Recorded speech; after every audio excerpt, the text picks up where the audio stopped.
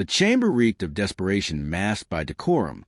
High-arched ceilings pulsed with dim, artificial starlight, and the counselors, dozens of species with voices like wind, water, and static, filled the air with overlapping whispers. Commander Kale stood still at the center, the only human in the room, encased in dark command armor, his arms crossed, jaw clenched. Behind his stoicism, dread gnawed like frost on bare skin. The enemy had no face, only swarms. The Wraithai, a collective intelligence birthed from rogue machines, had consumed 33 systems in 9 months. Whole civilizations had vanished, not with a fire battle, but with eerie silence. They did not negotiate.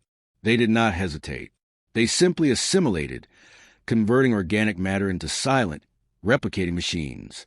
Kale listened as Counselor Draysol, a crystalline being from the Anderline clade, addressed the hall in his shimmering, fractured voice. We have exhausted every contingency. The fleet is decimated. Our outer colonies burn. The Wraithai do not sleep, and we are bleeding hours. Other voices followed, some with panic, others pleading for diplomacy, others still whispering surrender in veiled language. It was the same cycle repeated for weeks. Protests from the Tharn delegates, accusations from the Meraxi, silence from the Drazari, who always watched with their eyeless faces and spoke only when it mattered. Kale hated being here. He was a soldier, not a politician, but they had summoned him anyway. He'd fought on Istar Prime, barely escaped the implosion of the orbital shipyards. He'd seen the Wraithai harvest the living with impossible precision. That kind of efficiency changed a man. It made him wonder what lines still mattered when the edge of the galaxy was going dark. Counselor Jannar rose slowly, a thin insectoid figure draped in violet robes. Her voice was a soft vibration through the air. "There is one path left," she said, and the hall quieted like breath caught in the throat. "There exists a power we sealed away long ago, one we swore never to summon again." Kale's spine stiffened. He'd read the name once, in a redacted mission file buried so deep even the intelligence core pretended it didn't exist. The Volcari, though the name itself had been struck from most databases. Exiled over a century ago, the Volcari were not enemies. They were worse. Allies once, architects of victory during the Reldorian conflict, but their methods, ruthless, inhuman, efficient, had left the galaxy scarred. And when peace came, they refused to stop. Janar's words continued, calm and cruel. They do not fear death. They do not weigh morality. If the Wraithai are pure logic, the Volcari are pure will, uncompromising, effective. A ripple of outrage surged across the room. One counselor shrieked something in a language older than stars. Another slammed a tendril against the table. But Kale didn't move. He understood the unspoken truth behind the argument. They had no other option. The Wraithai were days away from reaching the core belt. If they fell, Earth wouldn't be far behind. The Volcari were exiled for a reason, growled Councilor Mar of the Azuri Dominion, his gills fluttering with rage. They committed atrocities. And we allowed them to be buried because we could afford our principles. Jannar replied coldly. Tell me, can we still afford them now? Kale exhaled slowly through his nose. It felt like breathing through smoke. The humans fought beside the Volcari once, said a voice from the shadows. All heads turned toward Drazari Representative Otheron, who rarely spoke. His body, coiled and pale, unfolded as he slithered forward. Perhaps Commander Kale remembers the price of that alliance. I remember that we won, Kale said, voice low. The silence that followed was heavier than before. He hadn't meant to speak, not really. But the words were true, and one said they hung in the air like a verdict. Jannar seized the moment, then let it be put to vote. Summon the Volcari, or perish in purity. Each counselor placed their sigil on the table's interface, and one by one, the results flickered into view. Green for aye, red for nay. Kale didn't need to count. The majority had chosen green. When the vote concluded, the chamber dimmed further. The decision had been made. There would be no speeches, no victory proclamations, just a quiet machinery, a war turning toward a long-forgotten weapon. Later, in the silence as quarters aboard the command vessel Deliverance, Kale stared at the mission briefing. One transmission code. One destination. Varnock, the dead world beyond the fringe. The last known location of the Volcari. A knock interrupted his thoughts. It was Leah Vaughn, his tactical advisor, and the only person left who still challenged him without fear. Her sharp eyes scanned his face, reading the lines he couldn't hide. "They're really sending you," she said, not a question. "They need someone who's not afraid of monsters," Kale replied, "or someone who's willing to make deals with them." He didn't answer. As she turned to leave, she paused at the doorway. "If you go out there and bring them back, don't expect them to stop with the Wraith Eye." Kale looked down at the transmission code once more, and in that moment, he didn't feel like a soldier. He felt like a man standing at the edge of a void, wondering if calling out would bring help, or something far worse. He keyed in the command. The coordinates lit up, and the ship's engines hummed to life. They were already moving. There was no going back. The stars above Varnock pulsed like bruises on the skin of space, dim and sickly. As Deliverance dropped from slipstream orbit, the crew fell silent, transfixed by the sight of the planet below. It was a world stripped bare, no cities, no lights, no motion. Black ridges cut across its surface like fossilized scars. Even the planet's atmosphere rejected warmth. Its spectral haze shimmered with cold, violet static. Kale stood at the observation deck, arms behind his back, a familiar knot coiled tight in his gut. Leah Vaughn stood beside him, scanning the surface with grim focus. "There's nothing down there," she said. "There will be," Kale replied. "They were never the kind to show their teeth until they knew your blood." He left Leah with the bridge and descended to the docking bay, where a dropship had been prepped without ceremony. No crew volunteered to join him. None were ordered to. He entered alone. As the dropship tore through the upper atmosphere, Kale's visor filtered the radiation and static storms into readable streams. The surface came into view, obsidian plains, broken towers, and silence so deep the ship's internal systems felt muffled. Ruins stretched for miles, bones of civilization that had once held the stars in its grip. It looked lifeless. Then something blinked on the radar. Faint, fainter than a whisper. The ship's controls locked. Power rerouted. Descent protocol overridden. Kale didn't fight it. The ship glided with unnatural smoothness toward a wide plateau rimmed by broken pillars. At its center stood a figure, tall, robed in layers of fabric that looked woven from ash and steel. Its face was hidden behind an archaic helm carved with symbols older than any known language. Kale stepped onto the plateau, the hiss of his boots breaking the stillness. "You seek the forgotten," the figure said, voice mechanical yet disturbingly human. "The outcast, the monsters beneath your bed." "I seek the ones who can stop the Wraith Eye," Kale replied. The figure tilted its head. "At what cost?" Kale's silence was answer enough. More shapes emerged from the shadows, tall, spined, lean. Their armor fused to their bodies, their movements precise, as if choreographed. Eyes glowed like coals behind masks. One by one, they surrounded him, and yet made no move to threaten. The first figure stepped forward. "I am Vedar, last born of the first mind. You speak for the Galactic Union. I speak for what's left of it." Vedar studied him with the stillness of a predator gauging not threat, but intent. "Why come to us?" he asked. "We were condemned, betrayed, cast into silence by those we defended, because the enemy doesn't care about your exile, and neither do I." A moment passed, then another. The others waited, unreadable. Vedar moved past Kale and looked up toward the sky. "We warned them," he said softly. "Mercy is a veil. Beneath it waits rot." Kale stepped beside him. "Then show us what lies beneath." Vedar turned his gaze to Kale again, and something shifted in the air, like the world had drawn a slow, deep breath. He raised a hand, and with a resonant hum, the plateau began to tremble. From beneath the surface, massive structures rose, dark towers, segmented and bristling with ridge plates. Not ships, not buildings, organomechanical constructs, dormant until now. Reawakening after a century of sleep, they unfolded like insects crawling out of chrysalis, humming with ancient power. "These are our memories," Vedar said. "Our odes, buried with us when the Union decided peace mattered more than truth. We did not die. We waited. Kale watched as the ground shuddered and the sky grew darker. What had been ruins were now revealed as camouflaged bastions.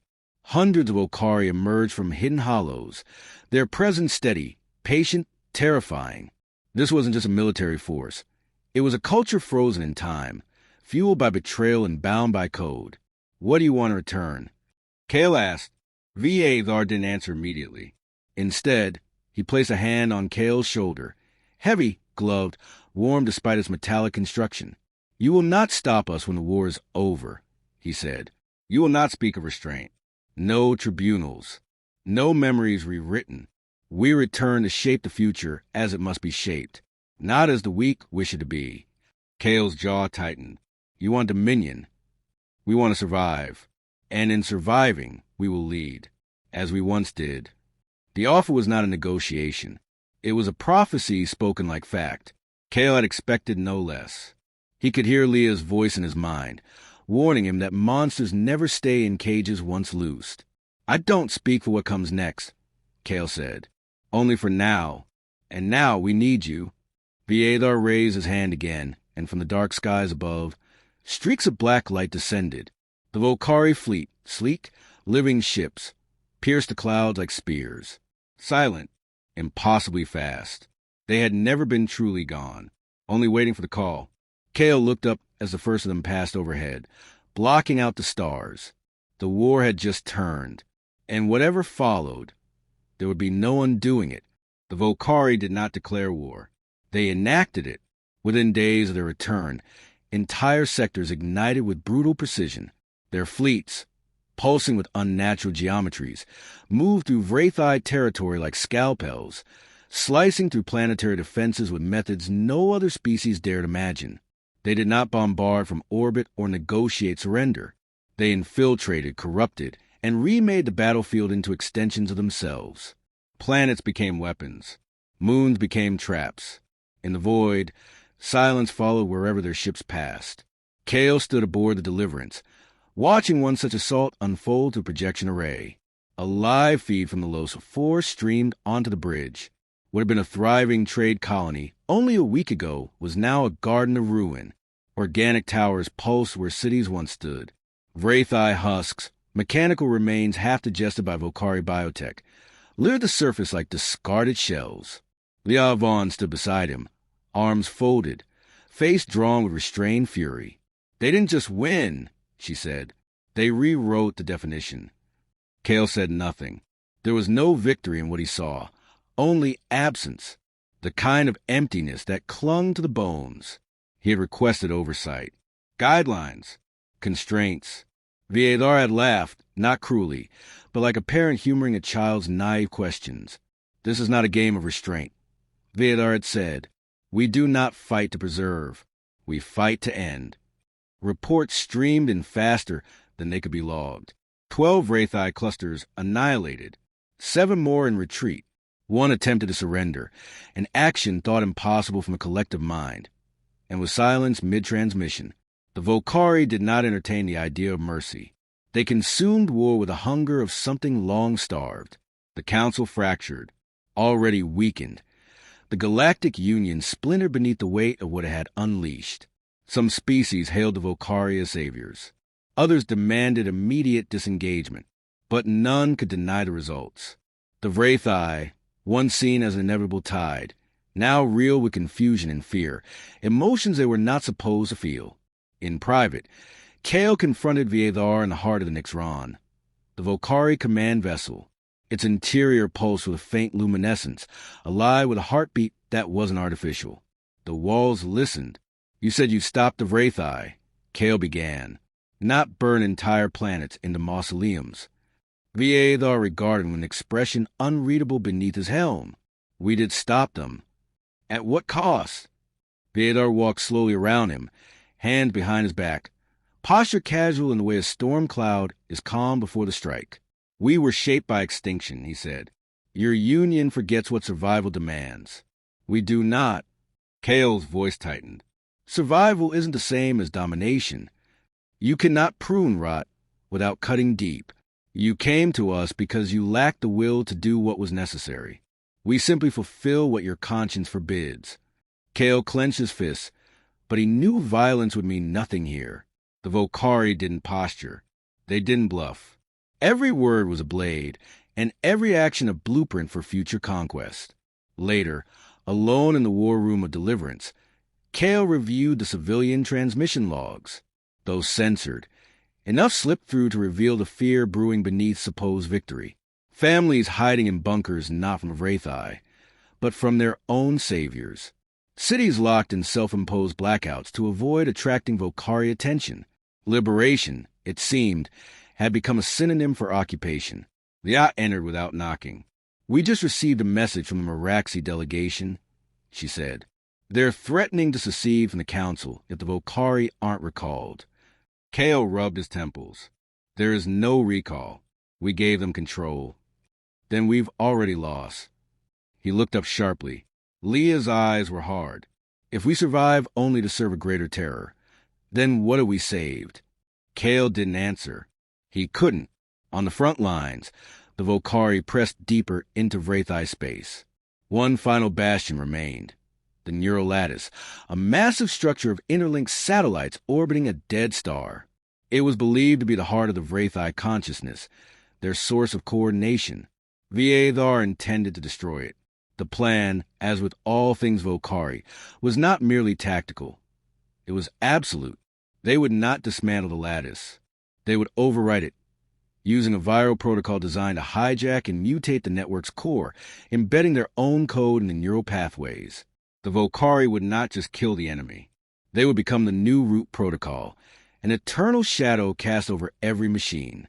When Kale heard the details, he issued a direct objection. He sent a communique to the council, knowing it would go unanswered. He tried to contact allies. Most refused to respond. Some simply vanished from a grid. Still, he went to Viathar one last time. "You win this war," Kale said, "and you'll never stop. You'll reshape every system, every species, into something you can control. You're not fighting for peace. You're replacing the Vrathai as the dominant threat." Viathar nodded slowly. "Yes." Kale's voice dropped, almost a whisper. "Then I made a mistake." For the first time, Viathar's gaze softened. Not in pity, but in finality. "You made a choice, the correct one. Now stand with us or fall beneath us." Kale walked out of the chamber, heart pounding, mind already racing toward options that felt like suicide dressed as duty. If there was a way to stop what it unleashed, it would cost him everything. But the time to hesitate was long past. The neural lattice loomed in the distance, an artificial constellation orbiting the corpse of a dead star. To most, it was an unreachable relic of alien genius. Endless rings of quantum data threading through each other in impossible geometry. But to Kale, it was the key to redemption or the final door to extinction. The Volcari fleet gathered silently on the edges of the system, their hulls refracting starlight like obsidian mirrors. The assault was set to begin in hours. If Kale were to act, it had to be now. Liao met him in the launch bay, already suited, her expression unreadable. "You sure about this?" she asked. "No," Kale said, sealing the collar of his flight suit. "But waiting feels worse." He handed her a data core, encrypted, untraceable. Inside was a virus. Not the Volcari's, but a countermeasure Liao had begun constructing in secret, splicing fragments of Vrathai code with Union backdoors. It wouldn't save the lattice, but it could corrupt the Volcari protocol mid-transfer, cutting their influence before it could root itself in the neural mesh. "You realize," she said, "this could kill us." Kale checked his sidearm, not for use, but out of habit. "It's already killed who we were." They launched in silence, their shuttle cloaked beneath Volcari field stolen from a dismantled scout ship. It was a desperate plan, and they both knew it, relying on old access points of forgotten failsafes that shouldn't still exist. But hope was never about certainty. It was about motion. As the shuttle threaded through debris and black ice, the lattice expanded before them, impossibly large, humming with vibration they could feel in their bones. Kale remembered reading once that the lattice didn't just store thought. It became thought, a live web of synthetic consciousness older than most species in the Union. Their window was brief. Volcari engineers were already interfacing with the outer rings, preparing for integration. Leon navigated to a maintenance port, a relic hatch from before the Wraitheyes severed organic access. If it still functioned, they could implant the countermeasure directly into the node stream. Inside, the silence felt thicker than vacuum. Lights pulsed in strange rhythms, and the walls whispered with static. Echoes of the lattice's dreams. Kale held the data core tightly as Leah connected the uplink. "They're already in the feed," she said. "We're second from sync." He hesitated. "If we do this..." "There's no undoing it," she finished. "I know." The data core slid into place. Pulses of light raced down the conduit as the countermeasure ignited. Kale watched the monitors, breath held. At first, nothing. Then a flicker. The stream fractured. Noise poured into the signal, a war not of ships, but of code. The Volcari algorithm began to deform, unraveling mid-transfer. But with it came backlash. An alert shrieked through the system. The walls of the chamber warped. Systems bleeding static and heat. They had been detected. Kale grabbed Leah's arm. "We need to move." They sprinted back toward the hatch, but the hallway convulsed. Machinery bending. Ceiling paths behind them. A single Volcari unit appeared ahead, blocking their escape. It was not armed. It didn't need to be. Viadar's voice echoed through the corridor, not over speakers, but inside their minds. "I gave you truth, and you poisoned it." Kale raised his weapon, knowing it was useless. "You gave us terror dressed as survival." The Volcari stepped forward, but Leah triggered an EMP burst from her gauntlet. The creature staggered, faltering long enough for them to push past. They reached the shuttle with systems screaming. Shields down. Engines critical. Leah took the helm, hands steady despite the chaos. "Engaging manual override. We'll burn out the core in under 3 minutes." Kale strapped in, feeling the weight of what they'd done settle like ash. As they launched, the lattice behind them flared, not in destruction but transformation. The corrupted code had taken hold. The Volcari stream shuddered and fragmented, spilling not dominance but confusion. Across the system, Volcari ships faltered, movements desynchronized. The fleet fractured, not destroyed, just halted, as if the monsters remembered they were once protectors, and forgot who the enemy was. Back aboard Deliverance, the crew stared at the feed in stunned silence.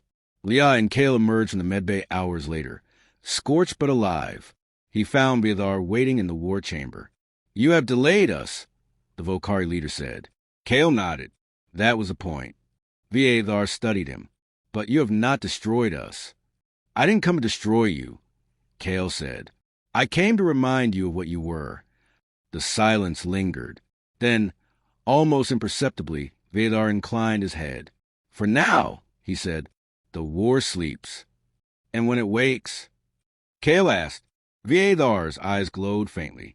"Then we shall see who remembers better." He turned and vanished into shadow. The Volcari fleet retreated from the lattice. No explanations. No conditions. Just a silence that now held the weight of history. The Wraitheye, fragmented and disoriented, did not pursue. The Union, fractured but alive, began to rebuild, not in triumph, but in caution. Kale stood once more at the observation deck, watching the stars reset themselves into their quiet vigil. Leah stood beside him, gaze distant. "No other choice," she murmured. Kale exhaled. "There's always a choice. Just sometimes only the worst ones are left." They stayed there a long time, watching as the darkness gave nothing back.